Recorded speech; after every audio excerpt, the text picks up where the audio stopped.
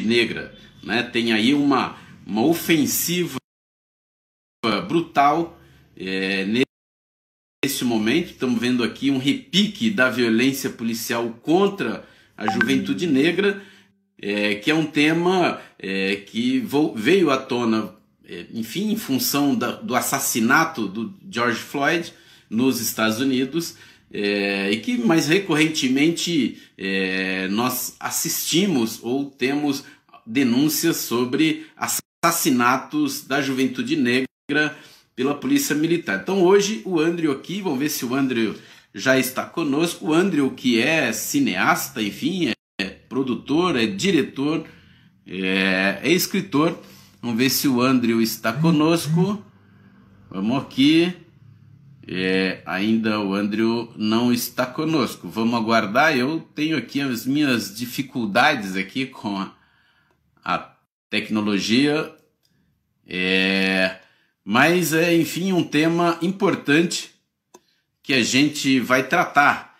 O Andrew, que atua muito fortemente na periferia da Zona Leste, na periferia de São Paulo, mas em particular na Zona Leste, São Miguel Paulista, Cidade Tiradentes, São Mateus, Itaquera, Guaianazes, Cidade Tiradentes, Aricanduva, uma região bastante grande aqui da nossa cidade. Cadê aqui o Andrew? Estamos com ele já? Acho que não ainda. Vou aqui tentando, vocês também vão me ajudando aí, porque é a minha primeira experiência aqui de conversa, de transmissão e de live pelo Instagram.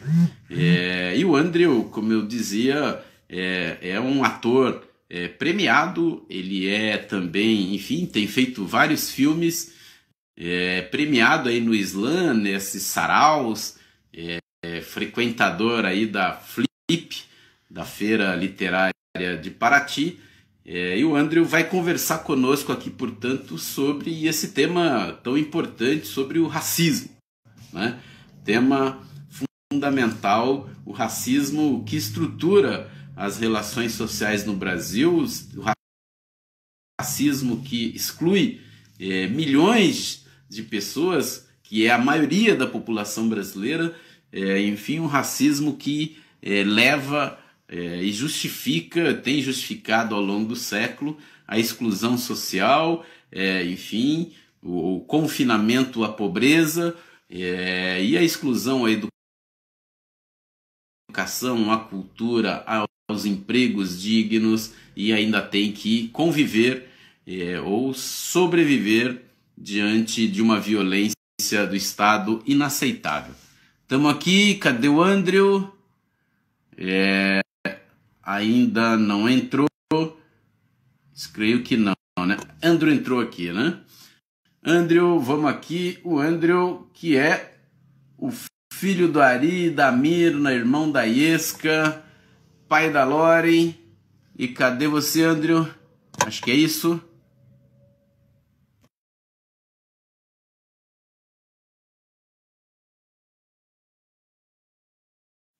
Não deu certo? Vamos lá de novo, Andrew. Ou está certo? O que falta aqui? Ah, tá aqui. Fazer uma transmissão ao vivo. Entrou? Deu certo? Ou ainda não? Ah, tá aguardando. Olha aí o Andrew. Muito bem. Salve! Salve, boa noite para nós. Boa noite, Índio. Salve, Andrew. Faz tempo que eu não lhe vejo aqui, enfim. Não é? Né? Às vezes eu te rever, pô, saudade. Também. Eu estava falando, o Andrew, filho do Ari, da Mirna, irmã da Iesca, pai da Loren, enfim, uma figuraça que eu tive a honra de conhecer. Você não deve se lembrar, você não tinha mais que 2 anos de idade, talvez. Não. Mas conheço essa história, Primeira vez que eu fui na tua casa lá, que eu vi você, enfim, há muitos anos, para mais de 25 anos. Tudo bem, Andrew? Boa noite. Boa noite aí para você. Quero te agradecer aqui por aceitar fazer essa conversa com a gente. Você é uma figura aí bastante ocupada. Está no cinema agora? Está concentrado mais no cinema? Pode falar isso aí, por favor. Você que tem, enfim, enfrentado aí, passado por vários governos que, em geral, não apoiam a cultura, né? Principalmente a cultura na periferia. Imagino que a situação agora está muito pior, né? Mas, Andrew, para a gente começar aqui, te agradecer novamente aqui, agradecer a todo mundo a quem está nos acompanhando. É a nossa primeira transmissão ao vivo aqui pelo Instagram, viu? Hoje vão subir, eu não sei se está agora ao vivo no Facebook também ou se vão subir na sequência. Então, queria já, para conversar contigo, enfim, queria que você comentasse como é que você analisa o racismo no Brasil, enfim, um país que tem uma estrutura marcada por essa violência contra uma parte da população, que é a maioria da população, a população negra, né? Filhos e netos, filhas e filhos e netos e netas dos nossos ancestrais que foram sequestrados na África e foram aqui escravizados, não eram escravos, foram escravizados para garantir aí a colonização de exploração feito pela Europa aqui no Brasil, né? Então, eu queria que você comentasse, enfim, essa situação do racismo no Brasil. Depois a gente queria falar com você especificamente sobre a violência policial, que pega mais a galera e a juventude negra. Mas queria que você falasse um pouco aí como é que você percebe isso, como é que você, na sua arte, na sua arte periférica, coloca isso na forma de resistência, né? Sim, sim. Bom, mais uma vez, gratidão pelo convite. Para mim é uma honra estar trocando a ideia contigo. Minha referência, a referência de toda uma história da minha família, de luta de classe, de luta em prol do povo, certo, Índio? Sempre que você dá um salve, a gente encosta. Cara, o racismo, ele é estruturante na vida de todo afro-brasileiro, todo preto brasileiro, né? Acho que talvez não só em África, mas em todos os territórios da diáspora, o racismo é estruturante, é o que a gente chama de racismo estrutural, né? Ele é um projeto que deu certo aqui no Brasil, ele é um projeto de colonização, como você colocou, portuguesa, né? No momento da tal da abolição, que foi conquista nossa, inclusive, mas que tinha que ser promulgada pela princesa do momento no Império, e ela foi articulada por interesses comerciais, ingleses, mercadológicos, e não por objetivos humanitários, né? E dentro disso, a brasileira é o mais próxima possível da população europeia. Então, começou, em um primeiro momento, a importação de europeus para a mão de obra assalariada, e aí depois diversos processos de genocídio esquemático dessa população, né? Por meio da violência, por meio do silenciamento, por meio de outorgação de leis que, na prática, serviam diretamente para caçar e para punir, principalmente o negro afro-brasileiro, né? A lei da vadiagem, por exemplo, a lei contra o samba e contra a capoeira, e todas essas manifestações culturais que identificam a gente enquanto um grupo étnico, elas vão ser sempre baqueadas, vão ser sempre agredidas, vão ser sempre menosprezadas. E aí, mais recentemente, a gente tem um processo de pentecostalismo da nossa população brasileira, onde é muito mais maciço a perseguição a religiões de matriz africana, né? A Umbanda e o Candomblé.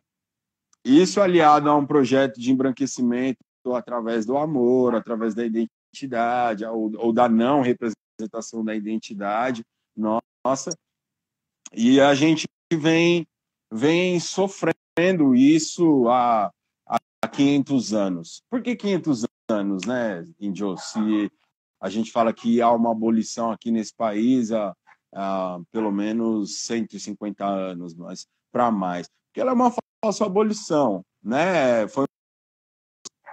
E você coloca eles para trabalhar, principalmente por escamba, faz isso que você ganha uma pinga, e depois você troca a pinga por uma galinha, e com a galinha você consegue comer. Né? Não era, dificilmente, raros foram os casos de outorgação pelo trabalho através do financeiro mesmo. E desde então não.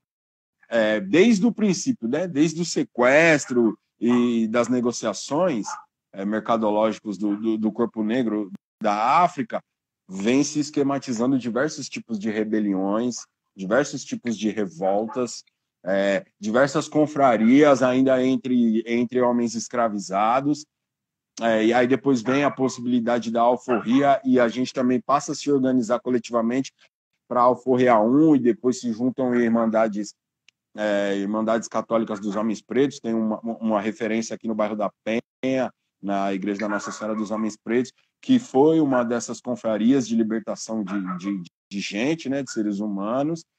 E aí, num processo moderno, a gente veio galgando alguns espaços, algumas lacunas, e vários de nós viemos pautando e colocando em discussão isso, né? E aí, mais recentemente, a partir de 86, vem eu, né? O Andrew nasceu, e aí já era, é mais um para dar problema. E aí vem sofrendo racismo no processo da infância, da adolescência. Aí, na adolescência ele se descobre, se torna alguém que busca a própria voz para depois ter uma voz, e agora na fase adulta consegue ser remunerado por essa voz. Assim. Acho que, resumidamente, é um processo rápido assim de como o racismo vem passando pela minha vida. Peraí, Índio, deixa eu só botar essa cachorra aqui para fora, que ela tá tumultuando aqui, velho. Ela faz parte do nosso... Tudo bem. Pronto, agora rolou. Esteve na minha vida desde que eu nasci, desde que eu consegui descobrir voz, eu venho atuando contra ele. Muito bem, muito bem. Nessa tua aula de história aí que você deu, um elemento fundamental, você concorda com isso, foi, enfim, a lei de terras, né, de 1850, que a hora que acaba a escravidão, pela primeira vez, para acessar a terra, até então não precisava comprar, né? Foi uma forma de evitar que o negro, ex-escravos, né, tivesse a sua sustentação econômica, porque se trata disso, né? Inclusive da autonomia econômica, né? Sim. Muito bem, Andrew. E foi por isso, inclusive, que a gente te convidou. Eu sei da tua batalha, tua resistência. Como você falou, teu pai é um grande companheiro, aprendi muito com teu pai. Teu pai é uma grande liderança. Você deve saber, porque você convive com ele, mas eu vi seu pai fazendo coisas assim com um grupo de trabalhadores que é muito impressionante. Isso lá no início dos anos 90, 30 anos atrás, me inspirou bastante. Ele sabe disso. Muito grande Ari e grande Mirna também. Sua mãe também é uma grande figura, uma batalhadora invejável. Tua família é invejável. Não fique não, viu? É como qualquer outro, o pau quebra. Claro. Isso é normal. É da família, né? Agora, Andrew, uma das questões nesse momento, e vem impulsionando mobilizações em diversos lugares do mundo, e aqui no Brasil também houve manifestações aí no último período, o movimento negro, as organizações, né, dirigidas pela população negra, pela juventude negra, pelas mulheres negras, têm debatido uma coisa que é absurda, né? É a reiterada violência do Estado e a violência policial contra a juventude, contra preto, pobre e jovem, né? O índice de mortalidade aí, o grau de homicídios é absurdo. E queria que você comentasse um pouco como é que você vê essa violência policial. A gente tem combatido nas diversas instâncias, mas agora, exatamente nesse último período, a Frente Povo Sem Medo, a Frente Brasil Popular, inclusive, criou uma comissão para, enfim, propor alguma coisa estrutural que mude isso, né? Porque nós sabemos que as polícias, o grau de a militarização das polícias que vem aí da ditadura militar tem uma marca, né? A forma como os militares entendem o problema.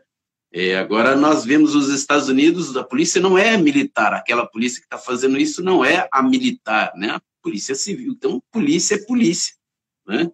E queria que você comentasse isso, essa violência policial contra a juventude preta e como você encara a luta contra isso e o que você pensa, né, sobre as possibilidades de mudança. Massa, Índio. Bastante assim na gente, né? Eu sou nascido e criado em periferia. Desde que passei a andar sozinho na rua, havia sempre o sermão, né? De você não pode sair de dentro de casa sem RG, sem documento, toma cuidado, né? Não anda de capuz, não anda de boné, não anda de touca. Se for abordado, é assim, assim, assim, assim, assim, assado. E vários outros amigos brancos, inclusive, não tinham esse sermão todo, né? E aí eu, já na adolescência, passei a me tocar dessa relação problemática, né? E como você falou, é isso, é uma herança, é um monte de herança, é um monte de erário junto, né? Da colonização, né? Dos capitães do mato, e aí depois vem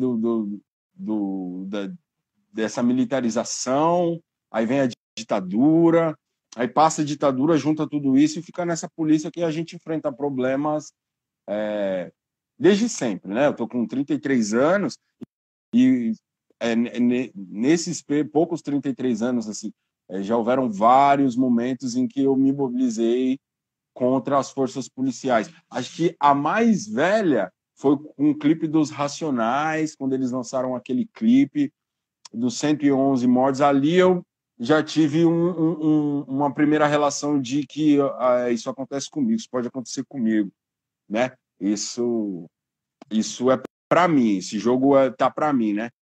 E aí, a partir de então, eu venho tentando me mobilizar, fazendo o máximo possível para me esquivar dessas relações e da necessidade da polícia, o que nem sempre dá certo. Foram vários enquadros aqui na periferia, já sofri violência policial, seja ela física e psicológica também. E eu acho que é uma soma de heranças, né, Índio? Não é aqui, é em toda a diáspora, né? Na história da África do Sul, a gente tem esse tipo de polícia atuante, a gente vê lá nos Estados Unidos esse tipo de polícia atuante, a gente vê aqui em São Paulo esse tipo de polícia atuando, e a gente vê no Rio de Janeiro esse tipo de polícia aclamada, atuando, matando, gente batendo palma. O pessoal aqui em casa, inclusive, estava tentando organizar uma viagem para o Rio de Janeiro no final do ano, para conhecermos um município que não conhecemos lá. E aí foi uma ressalva, né? Do tipo, pô, peraí, para onde é que a gente vai? Como é que tá lá? O que aconteceu lá, né? E aí dói, cara. É difícil para eu, nesses tempos e nesses períodos em que isso acontece, parar para fazer uma reflexão fria e científica do que está acontecendo, né? O que está tentar teorizar isso de alguma forma. As coisas acontecem, eu prontamente e emocionalmente mesmo, passionalmente, me coloco junto disso e também nos stories de compartilhar posts de amigo e de, quando possível, estar nas marchas e nas discussões e nas passeatas. A última que eu fui foi da Marielle. Me impressionou o número de pessoas naquela passeata e me decepcionou o número de pretos nessa mesma passeata, né? E aí é uma outra discussão, né? Onde é que está essa população? Como é que ela viu isso? Se ela viu, né? Se ela sente como eu sinto, será que porque não há um amadurecimento político de de grande parte da população brasileira, e grande parte da população brasileira é afro-brasileira. Então, peraí, temos que discutir mais política entre nós negros. O Estado faz a vez de não difundir esse tipo de conhecimento, de não pautar esse tipo de coisa e embarrear que ocupemos espaços públicos. Acho que isso é um fator que influencia também. E a polícia, a gente precisa reconstruir isso, né? Eu também quero o fim da polícia militar, né?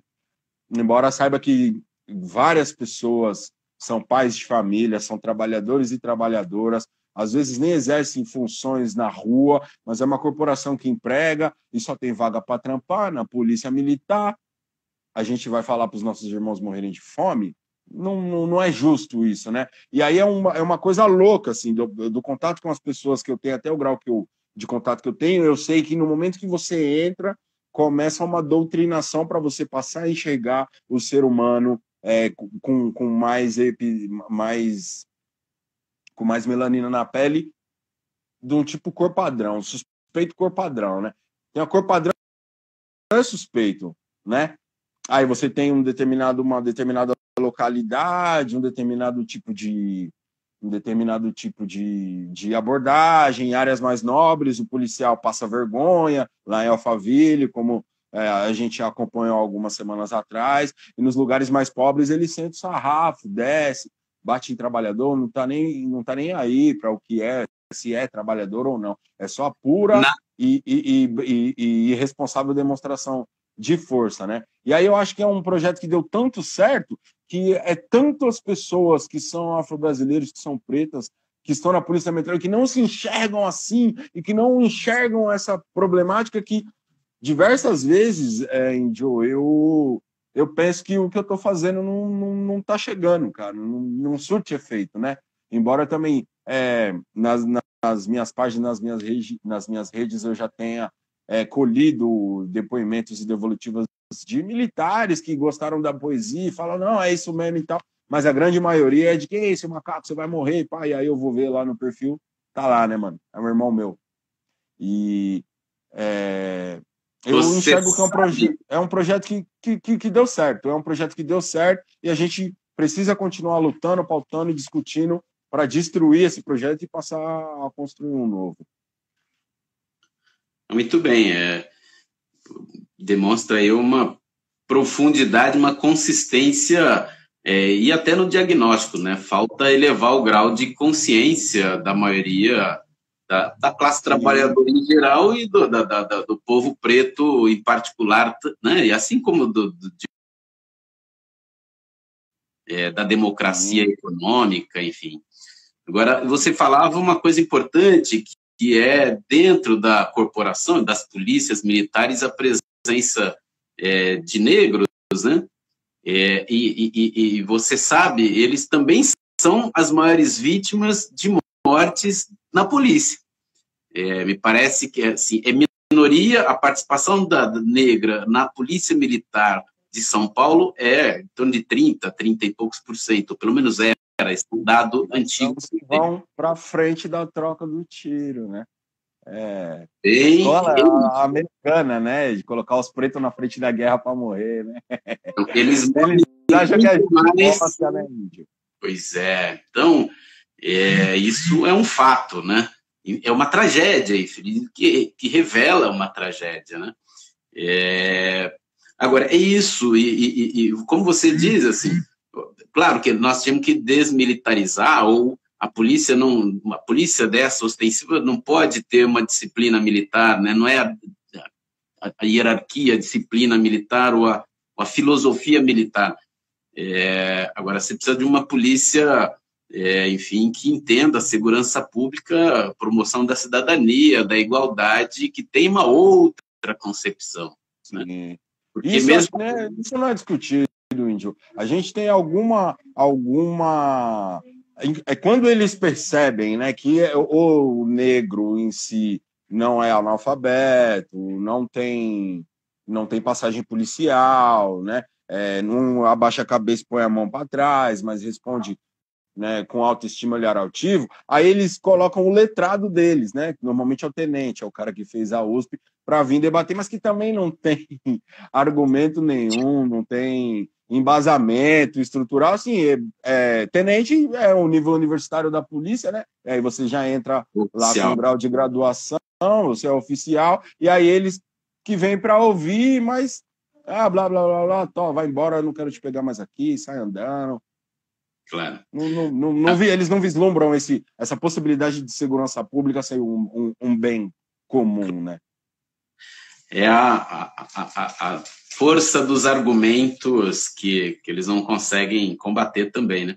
A gente tem um companheiro é amigo nosso, companheiro dirigente da Intersindical, que é sargento da Polícia Militar de Santa Catarina, uma figura de esquerda, sempre foi, enfim, historicamente, e que tem um bom debate, enfim, um grande acúmulo sobre esse ponto de vista na defesa exatamente de uma política de segurança pública sobre outro ponto de vista, né? Sobre o ponto de vista do cuidado, enfim, da promoção da segurança pública, da cidadania, e não da intolerância, e muito menos movida pelo preconceito e já ter um padrão de quem, enfim, deve ser tratado como marginal, né? Agora, Andrew, enfim, a tua profundidade nessa discussão, porque demonstra que não é apenas uma vítima, e claro, você deve quebrar nos argumentos aí os oficiais, a turma que vai... a questão da cultura, né? Você, enfim, já está aí na área cultural desde sempre. Acho que você teve outras atividades, eu sei, mas você estava sempre ali com metade de você, no mínimo, na cultura. Sim. E a gente sabe que a cultura, claro, teve governos que teve um olhar melhor e outros nenhum, né? Mas a cultura política, cultural nunca foi o centro, nunca recebeu investimento vigoroso, nunca permitiu um acesso universal, principalmente para a juventude aí nas periferias. Sei que né? Não sei qual é o bairro que você mais atua, mas da Zona Leste, eu sei que a tua poesia vai para vários lugares, mas São Miguel, São Mateus, Cidade Tiradentes, enfim... Quebrada, que nem as quebradas. Né? Guaianazes, bairros imensos, assim, cadê a cultura, né? E a política cultural sempre fica em último plano. Agora não é o último plano, agora a política cultural no primeiro plano como inimigo, visto pelo governo, que quer afetar e pegar, né, um dos primeiros, desde o golpe de 16, vamos lembrar ali da Funarte, mas isso é importante, que é a lei Aldir Blanc, aí, né, para auxílio emergencial para a galera, precisa chegar rápido, e precisa, enfim, até a coisa dos teatros também é importante. Mas queria que você comentasse como é fazer arte e arte periférica nesses tempos.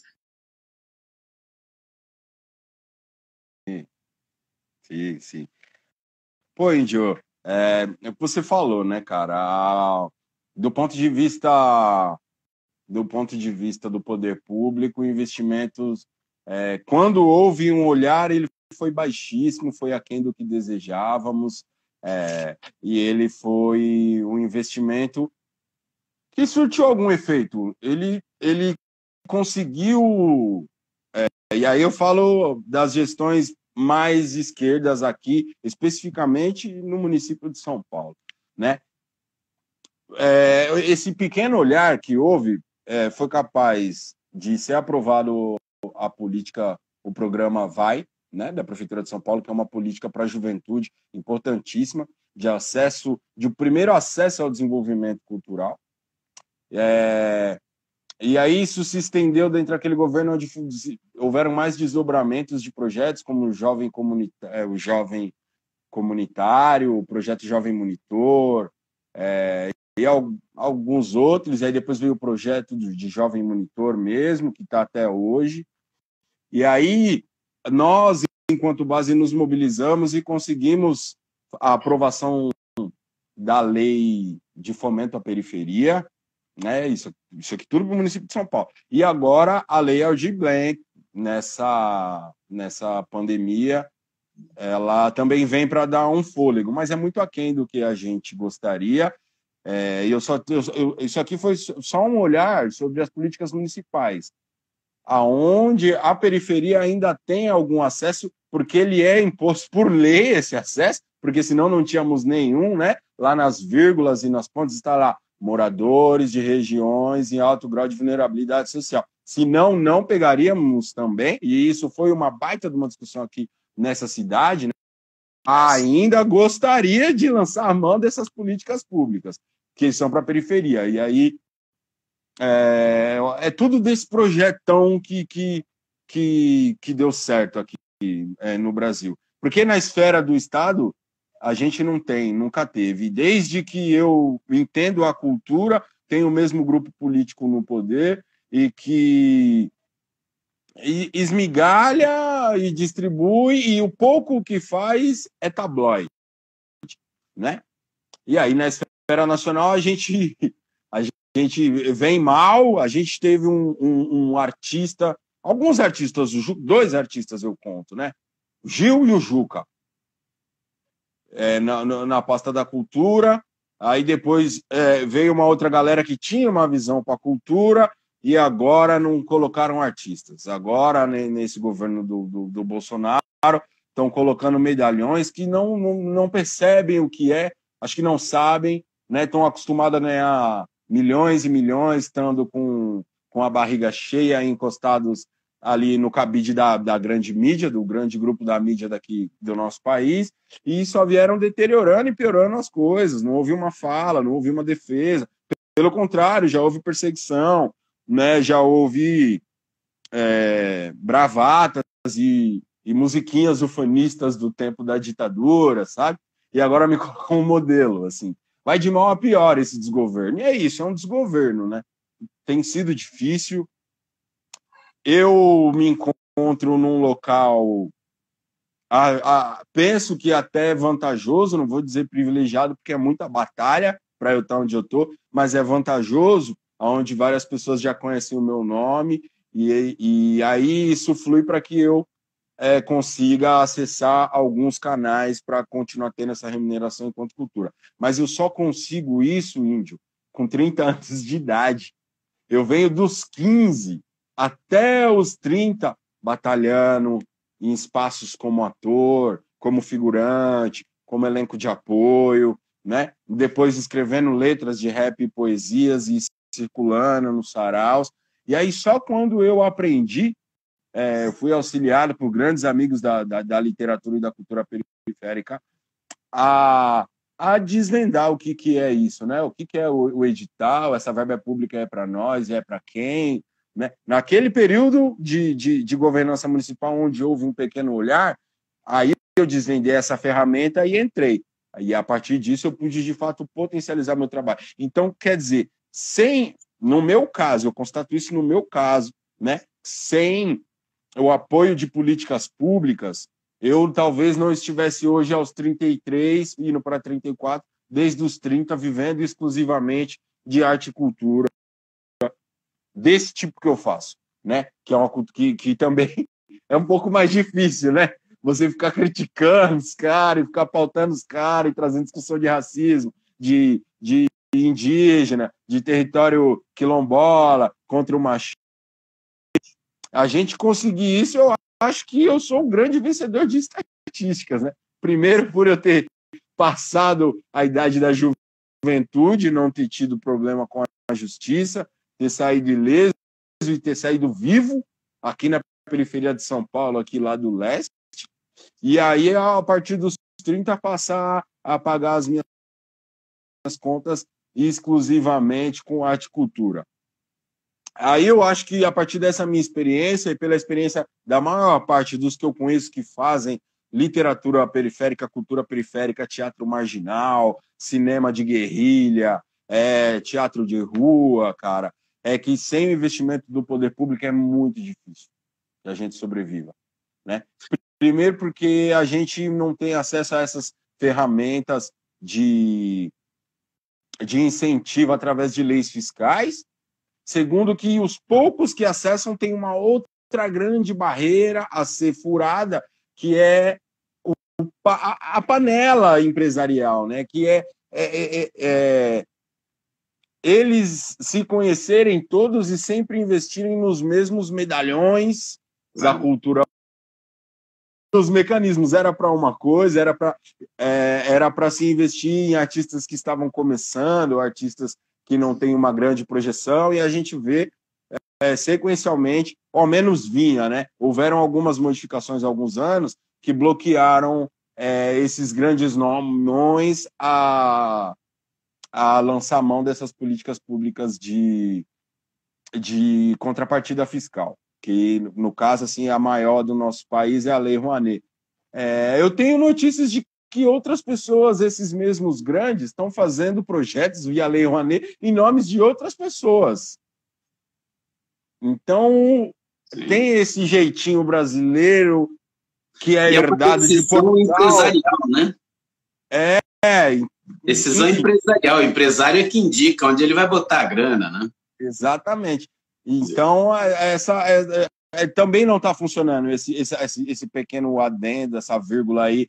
É fundamental que invistam em artistas de áreas de vulnerabilidade social, de pouco alcance, sobretudo mulheres, afro, LGBTQI+.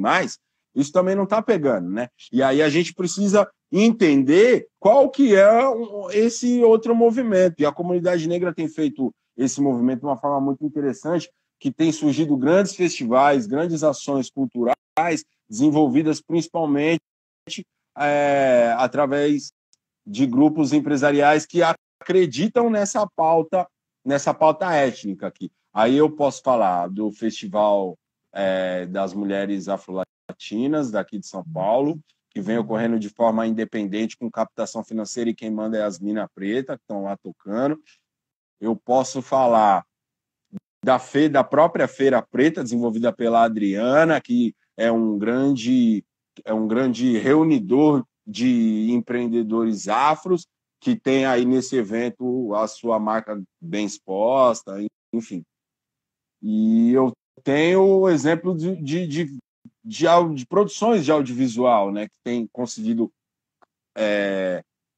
romper essa barreira e colocar na cabeça desse grupo empresarial. Veja bem, investir com ganhos sociais e com ganhos culturais vai muito além e pode trazer muito mais lucro, né, e muito mais alcance para vocês do que só colocar a sua logomarca no show da Cláudia Leite, por exemplo, né? Não contra a Cláudia Leite, mas da Cláudia Leite, por exemplo. E aí a rede que chama-se Potências Periféricas, que tem algumas organizações e alguns grandes grupos que estão com o olhar pronto para investir nessa ideia de que nós pegarmos projetos na periferia e colocá-los dentro de uma incubadora, de um processo de aceleração, e trazer o investimento privado para cá. E só o investimento. Não é a pauta, não é os mandos, nem os desmandos. E aí, claro, com todas as contrapartidas previstas em lei, né? Eu nem sei se eu poderia estar dizendo isso aqui, mas essa rede, a Potências Periféricas, ela está para estourar com uma plataforma aí em que vai mexer com esse cenário da produção cultural periférica, ao menos daqui de São Paulo, né? E aí eu acho que é isso. A gente está tendo que se reinventar. Agora, na pandemia, aqui na cidade de São Paulo, nós tivemos esses editais de emergência, e que eu tenho visto pessoas como eu trabalhando, que tem já alguma fluência, que tem algum material e algum portfólio para desenvolver esses trabalhos de live, mas a gente não tá conseguindo colocar a galera que está vindo agora, né? Esses jovens que estão agora escrevendo as suas primeiras poesias não estão entrando nesse processo, e eles precisam entrar. Eles também precisam de verbos, precisam comer também, né? Porque eu sei que os grandões, meus parceiros Emicida, Criolo, Rincon Sapiência, eles já têm uma infraestrutura para se desenrolar sem lançar a mão dessas políticas públicas. Não, e política pública, isso aí é dever do Estado,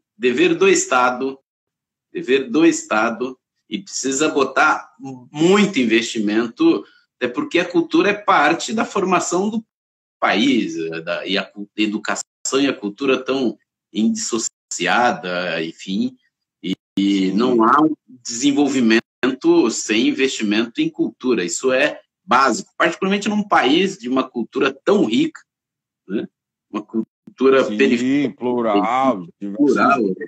A gente pode ir muito além, cara, falando do Brasil. Mas aí, né, qual é o aporte financeiro para essas duas áreas que você mesmo falou, né, Índio? Claro. Menor pensamento, cara. Claro.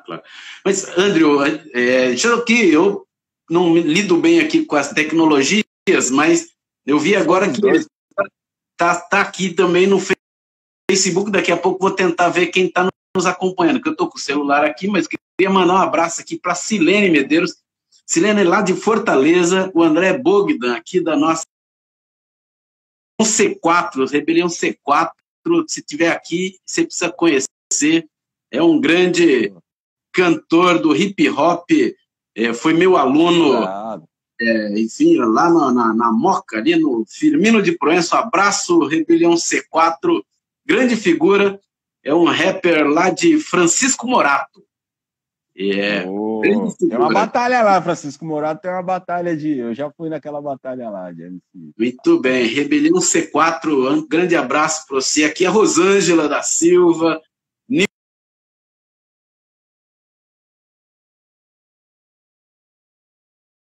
a Carmen Tomazini, a Débora Rodrigues aí, grande amiga, inclusive, deve ter amiga da nossa geração de 30 anos atrás, aí do teu pai, Zé Ronaldo, Silvia Fonseca, Luísa, William Ferreira, Rose Beraldi, Silvia Luísa, Lourdes, Jorge Souza, muita gente falando aqui, fora Bolsonaro, Abed Santos, Leandro Alves, Paulo Juiz, e aqui eu não sei se eu consigo ler o nome das figuras, mas vamos lá aqui.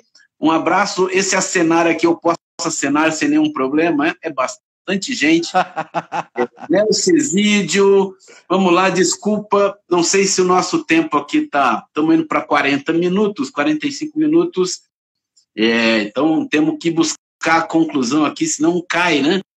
Mas quero agradecer bastante aqui, primeiro, quem acompanhou aqui pelo Instagram, nossa primeira transmissão ao vivo pelo Instagram, pelo Facebook, a gente vem, o nosso canal já está, enfim, mais adiantado, também os canais da Intersindical, vamos, enfim, também aqui do Facebook da Intersindical, depois vai para o YouTube, peço que curta essas páginas, acompanhem, e queria que você, Andrew, nesses minutos finais, aí temos aí uns 10, 12 minutos, mas fique à vontade. Primeiro, mandar um abraço para o teu pai, para o Ari, para a Mirna, para toda a famiagem.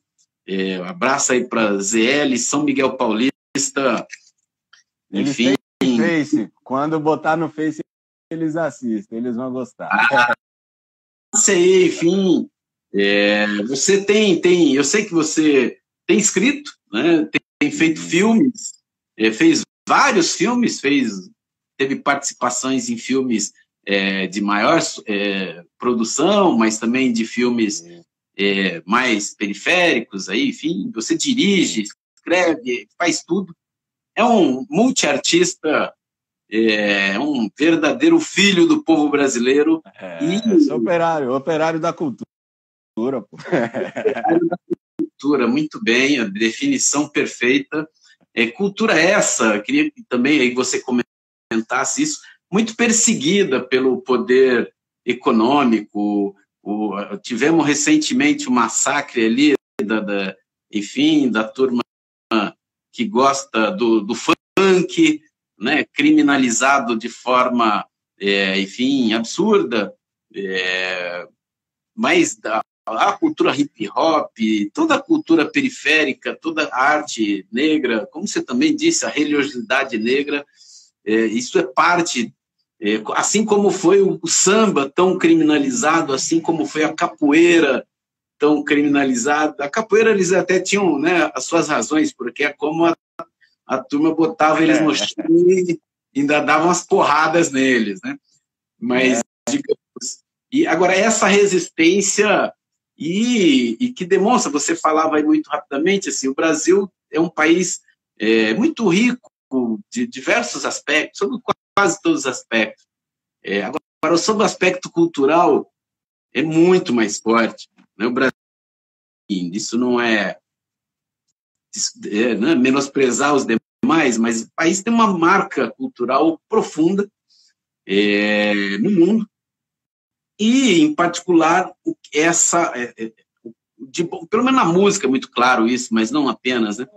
É produto da cultura negra, né? Foram trazidos pelos nossos africanos, que têm um peso fantástico e fundamental na cultura popular brasileira. Queria que você comentasse isso e como é que a gente pode... Eu sempre fui daqueles, você sabe, atuação política, movimento sindical, partido político, mas a gente sempre teve a compreensão de que sem cultura popular, sem arte, sem poesia e sem envolvimento de quem faz cultura, não existe transformação. Não é possível transformar uma realidade dessa, tão brutal contra a maioria do povo, uma realidade... Você é músico, né, Índio? Que eu tô ligado. Você é músico, mano. Oh.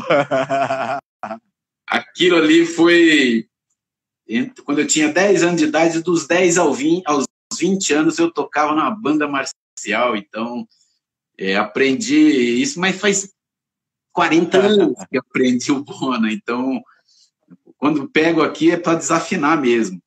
Nada, pô. Já vi os vídeos, já vi uns vídeos. Pode passar, você desenrola, pô. Pois é, Índio. De andar de bicicleta, né? Mas queria que você comentasse isso, e na nossa opinião, nesse contexto de resistência ao Bolsonaro, né? De uma arte, enfim, o ex-secretário de Cultura dele caiu antes da Regina Duarte porque citou lá o Goebbels, né? Fez todo aquele negócio do Hitler. Essa Regina Duarte, inominável, não dá nem para comentar, né?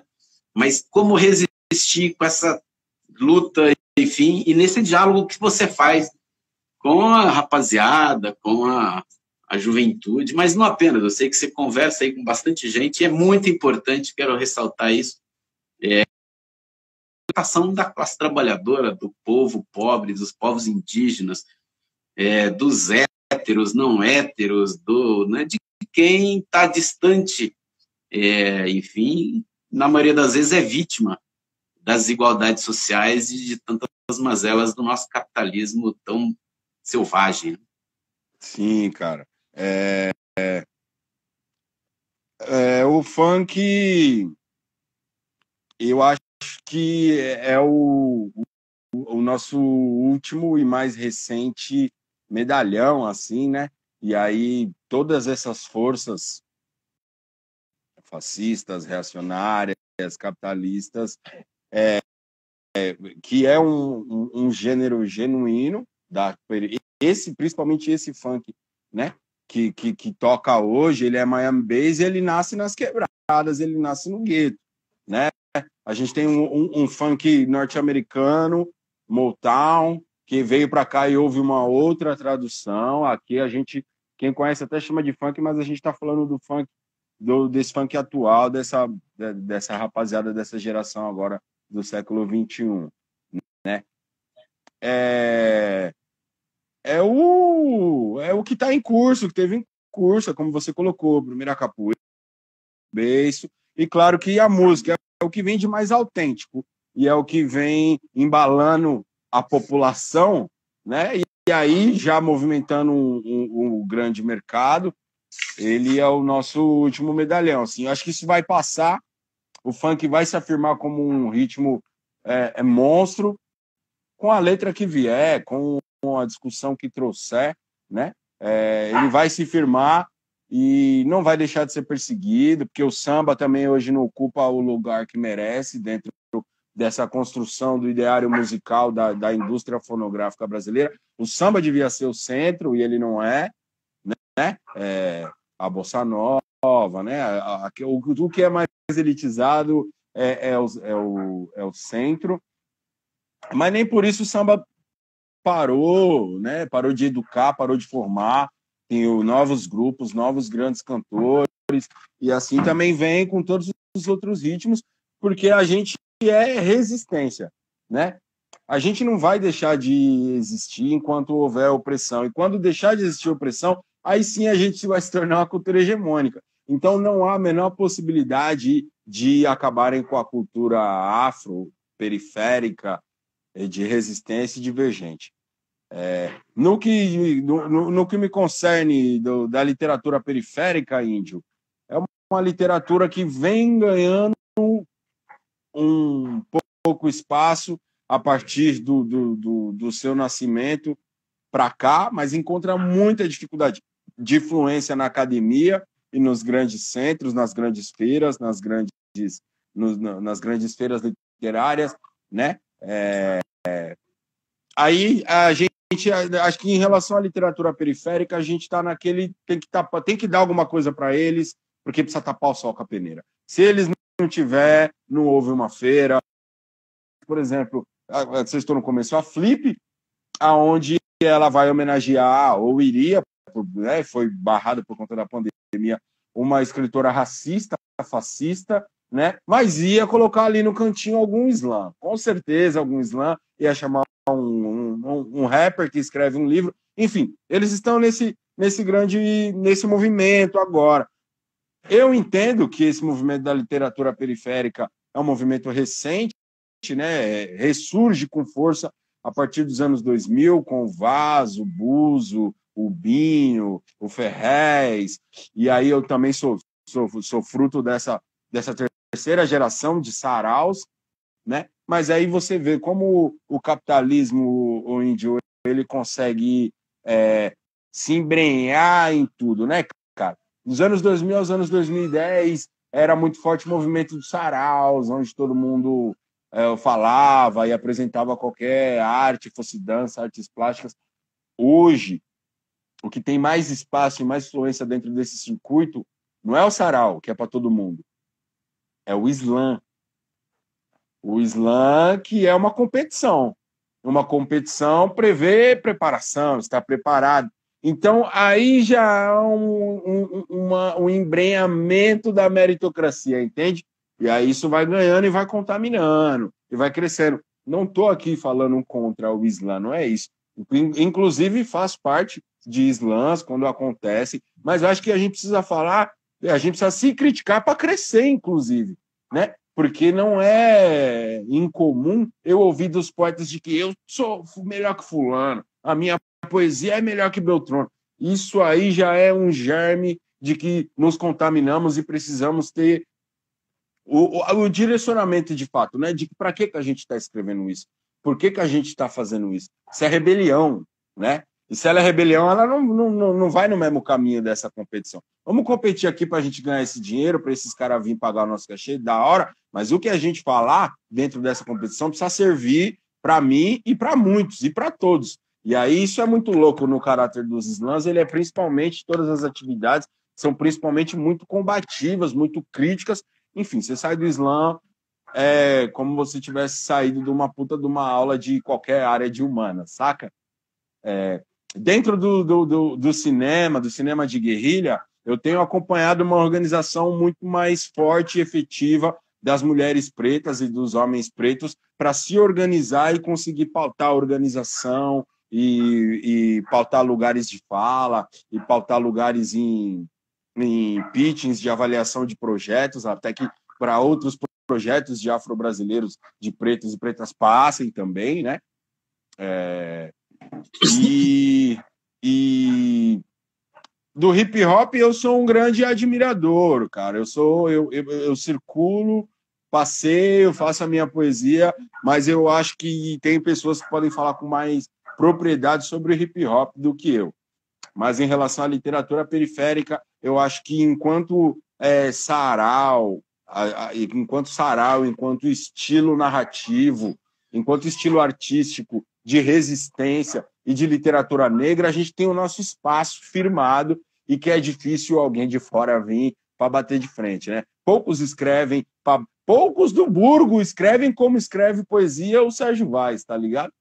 Poucas mulheres escrevem narrativas como a professora Conceição Evaristo faz, certo? Então, a gente tem um lugar firmado aí e que não nos tiram. Acho que tende a crescer e tende a nós que já temos uma ou duas publicações e já temos alguma falha em algum lugar de espaço, está pautando uma galera para vir, está auxiliando essa galera para vir também, para chegar, falar, publicar. É um espaço nosso, é uma verba nossa.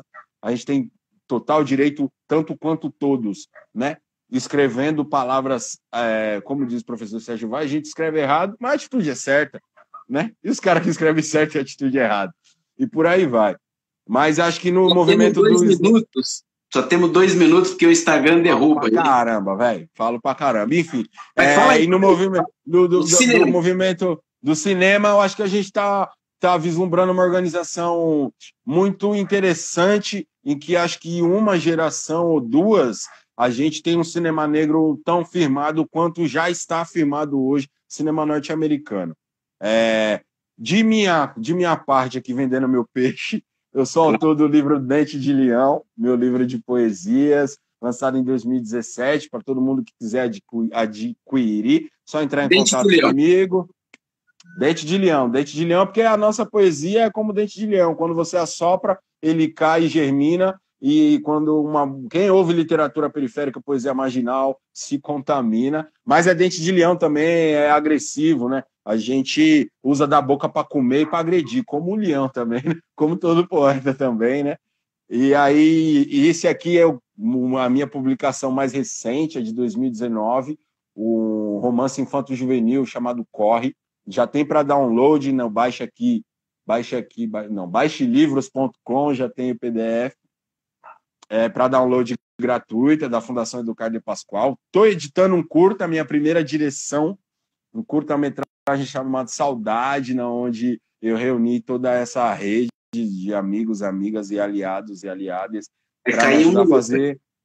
para me ajudar a fazer esse curta.